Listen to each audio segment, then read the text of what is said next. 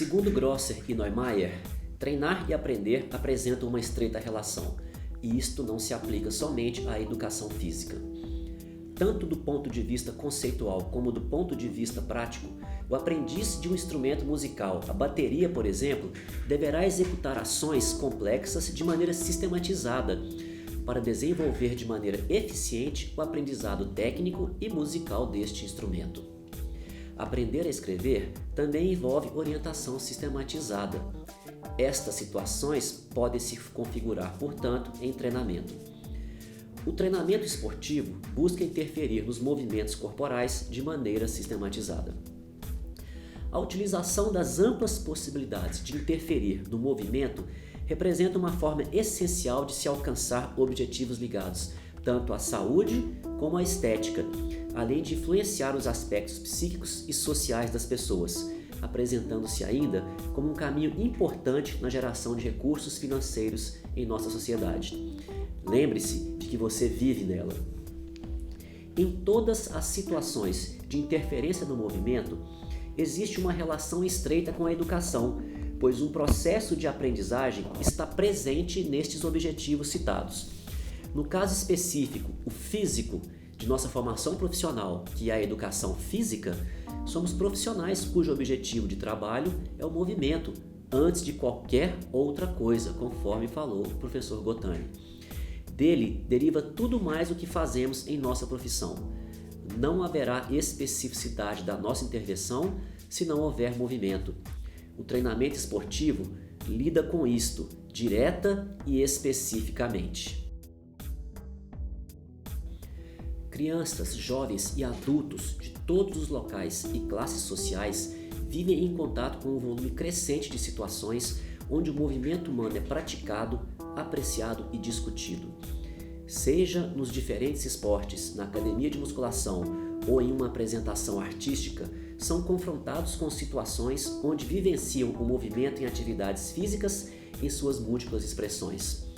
Porém, todas estas situações têm uma coisa em comum ao serem apreciadas: o movimento humano que se expressa uma determinada capacidade de rendimento do praticante. Desta forma, torna-se essencial que haja um processo educativo com as pessoas, abordando como essas atividades são possíveis e o que acontece com o corpo nestas situações citadas, para que possam melhor apreciar, praticar e conversar a respeito com amigos e familiares. Tudo isto a partir de um fundamento científico consistente e associado à prática. Se pensarmos, por exemplo, no ambiente escolar, é responsabilidade do profissional de educação física abordar o corpo e suas possibilidades de rendimento, porque é o principal profissional com formação para isto. E além disto, crianças e jovens apreciam entender melhor como seus corpos funcionam e se adaptam para poder executar as tarefas que desejam fazer. No nosso caso, estamos falando das tarefas físicas, ou seja, onde o rendimento é destacado, apreciado, discutido e, antes de tudo, praticados por eles nas atividades que lhes são prazerosas e que sofrem influência do mundo ao seu redor.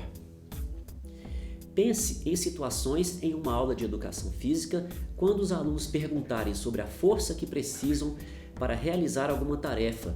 Pode até ser uma brincadeira, ou sobre a razão de não conseguir alcançar determinado objeto, nesse caso, flexibilidade, e solicitarem ao profissional de educação física que ele seja capaz de conduzi-los a superarem estas dificuldades. Ou então fizerem perguntas sobre essas questões relacionadas aos atletas que assistem nas diferentes mídias. Podem também buscar aconselhamento sobre suas intenções de praticar algum treinamento em academias ou que já estejam efetivamente praticando. Eu mesmo tenho depoimento de vários alunos nossos que relatam que muitas vezes o aluno da escola deposita até mais confiança no que o seu professor de educação física fala sobre estas questões do que o professor na academia onde ele já vem treinando. Cabe então a este profissional elaborar estes conteúdos em uma prática pedagogicamente organizada para cada faixa etária. Neste caso, as atividades baseadas em práticas devem pretender ser interessantes e significativas aos alunos, para auxiliar no entendimento das questões funcionais e estéticas de maneira positiva, despertando e explorando a curiosidade sobre questões relevantes nestes conteúdos. Deve ser lembrado que estes são apenas parte dos conteúdos do ano letivo da educação física. Assim como as outras disciplinas, matemática ou física, por exemplo, nem todos os alunos têm interesse por todos os conteúdos, mas cabe ao professor tentar torná-los interessantes e captar o gosto dos alunos. Tudo isso se insere em um objetivo essencial para o exercício de nossa profissão nas escolas, ou seja, a educação para a atividade física e a educação para o treinamento esportivo.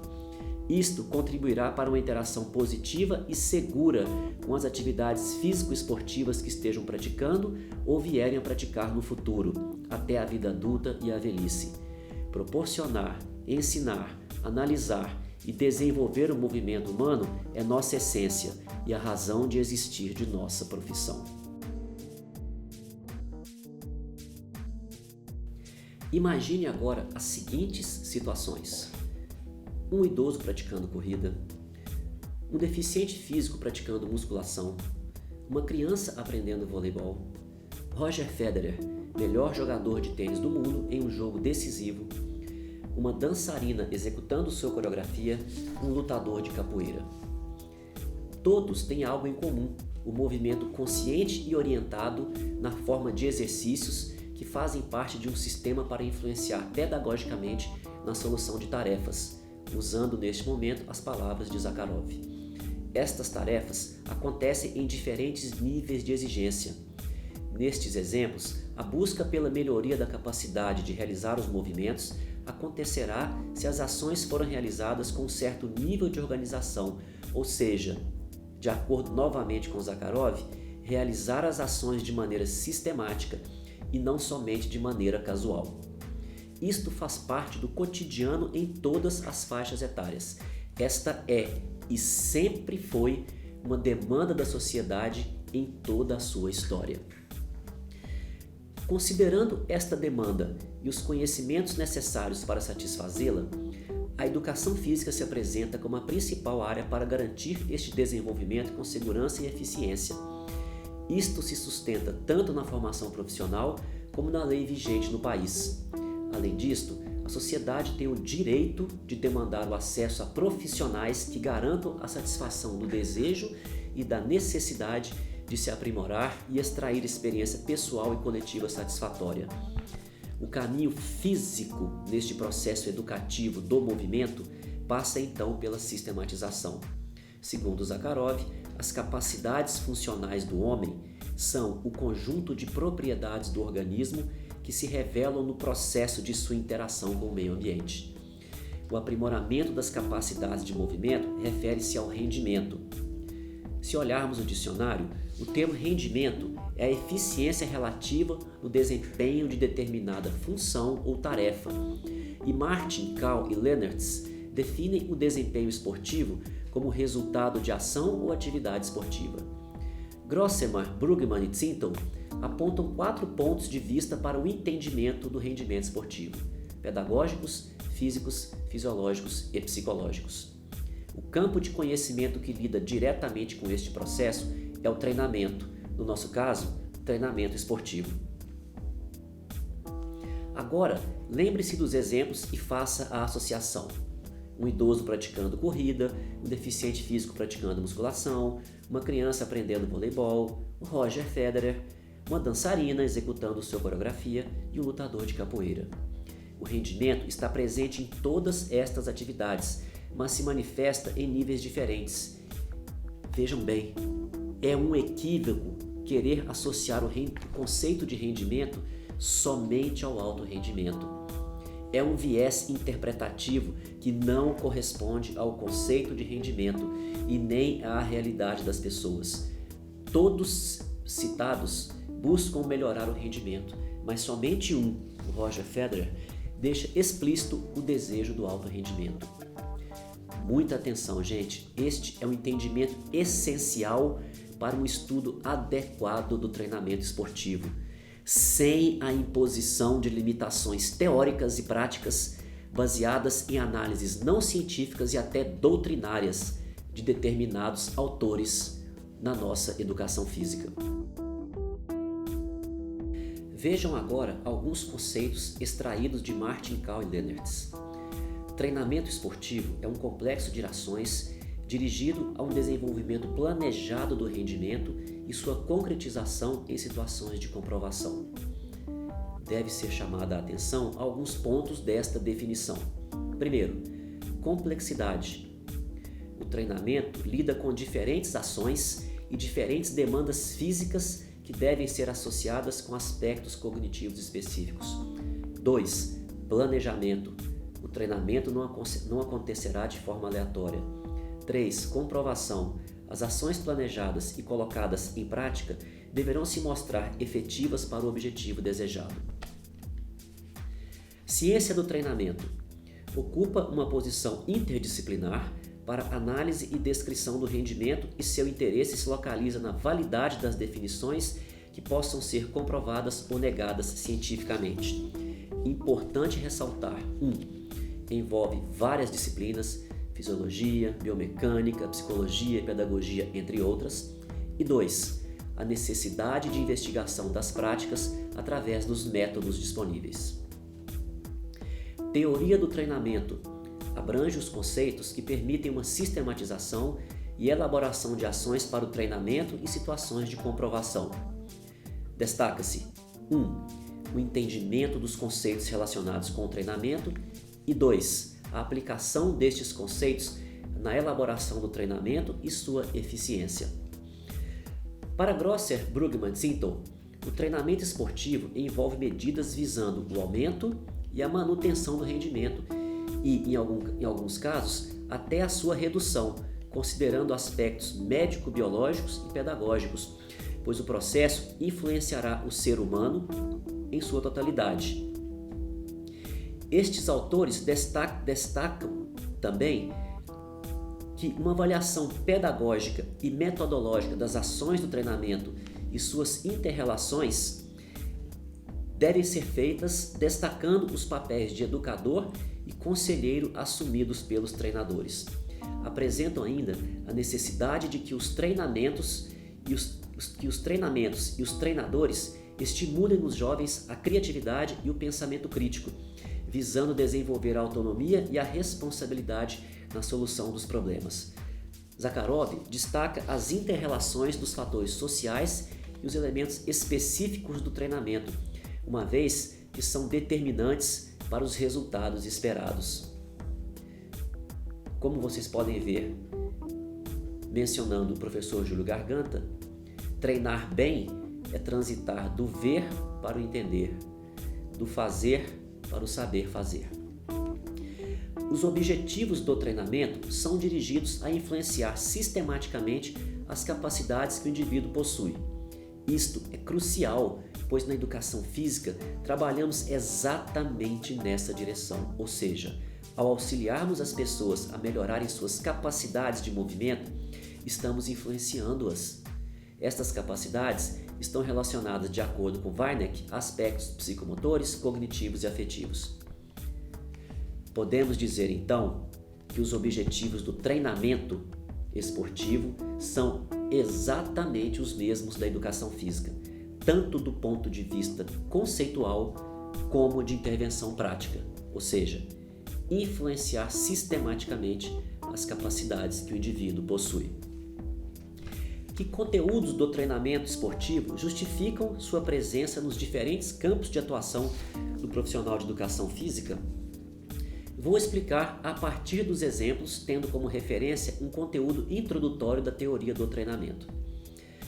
A corrida do idoso deve ser dimensionada de acordo com 4 tópicos: suas capacidades, seus objetivos, seu tempo disponível e a estrutura disponível.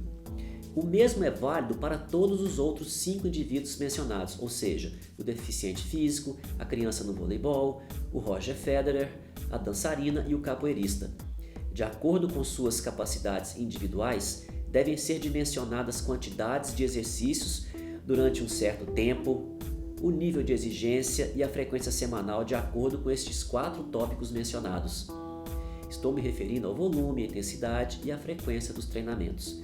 Um dimensionamento inadequado destes pode sugerir algumas coisas. Por exemplo, 1. Que a prescrição não foi feita de acordo com o conhecimento disponível. 2. O praticante poderá sofrer consequências desagradáveis. E 3. O objetivo não será alcançado de maneira satisfatória, além de gerar frustração e insatisfação, tanto para o praticante como para o seu professor. Acrescenta-se a isto o fato de que todas estas atividades demandam um certo nível de força, resistência, velocidade, flexibilidade e coordenação, e que a adequada atenção a estas demandas permitirá ao praticante uma experiência mais prazerosa e significativa.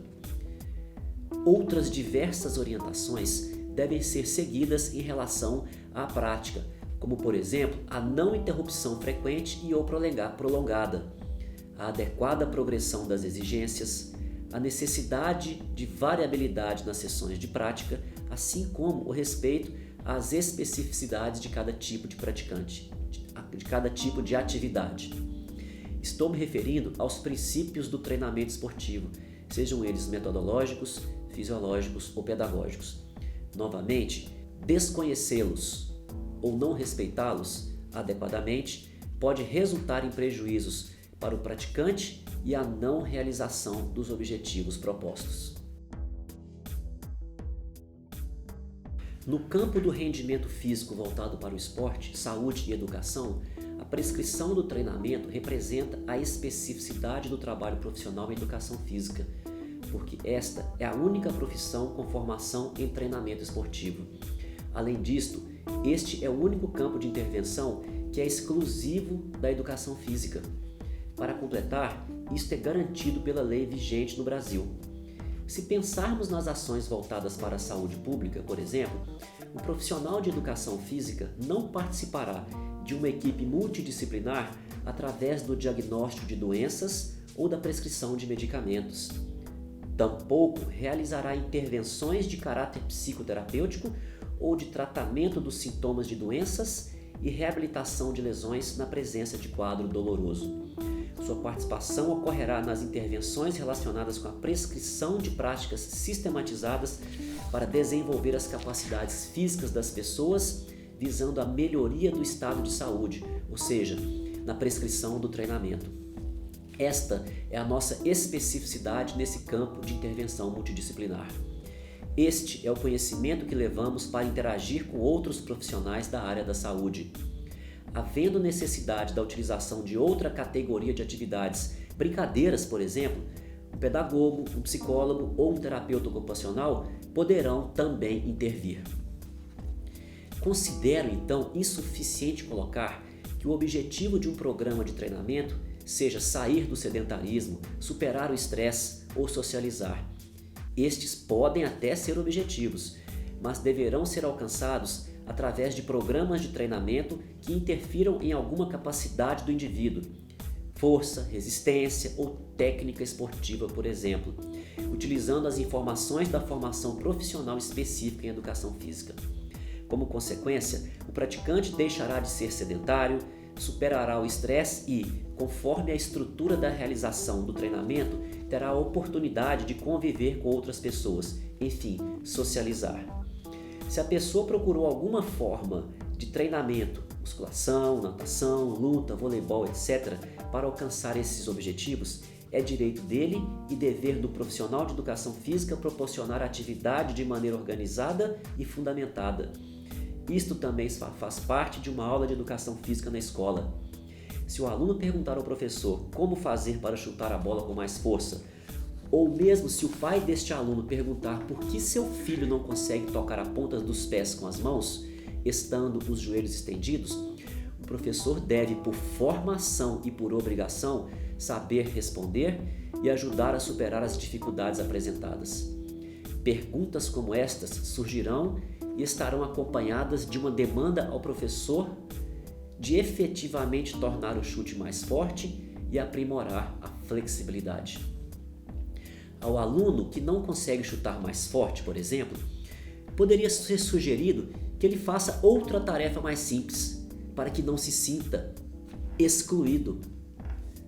Olha, somente substituir a tarefa por outra mais fácil, através de uma justificativa supostamente socioeducativa, talvez possa ser feita por qualquer pessoa, não necessitando de formação profissional em educação física, além de gerar frustração naquele que gostaria de realizar a tarefa que teve dificuldade.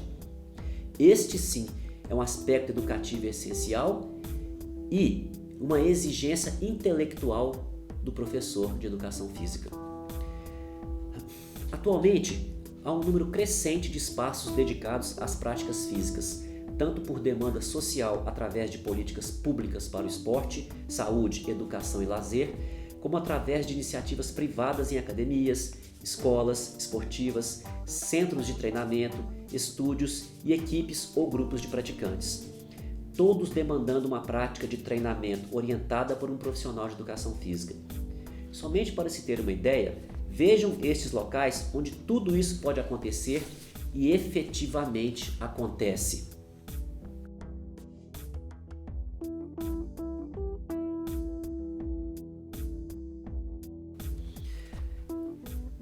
O que será efetivamente colocado em prática nestes locais dependerá, acima de tudo, do profissional e sua maneira de lidar com o conhecimento específico de sua formação. Temos que colocar a responsabilidade nele, dando-lhe os créditos pelo trabalho bem feito e cobrando melhorias quando carecer de qualidade. Por exemplo, estamos vivendo um momento único na história do país, que talvez nunca mais se repita. Os 2 maiores eventos do mundo são esportivos e seremos a sede de ambos, Copa do Mundo de futebol e Jogos Olímpicos. Este é o grande momento para a nossa profissão e a essência desses eventos repousa, do ponto de vista prático, a razão de suas existências, nas capacidades de rendimento do ser humano, treinamento esportivo, especificidade de nossa profissão. Considerando então que estes eventos apresentam a expressão máxima do desempenho humano, expressão esta apreciada por todos nós, porque invariavelmente acompanhamos e nos envolvemos de alguma forma, seja como profissionais ou como torcedores. Neste momento, cabe referência ao que foi escrito por Greco e Benda. O sistema de treinamento esportivo dirigido ao alto nível de rendimento é inerente a uma sociedade em que os indivíduos são cientes do papel, responsabilidades e função que lhes cabem. Dito de outra forma, não é ruim, não é alienável, é um bem cultural, patrimônio de uma sociedade que ainda procura ser mais justa e mais humana.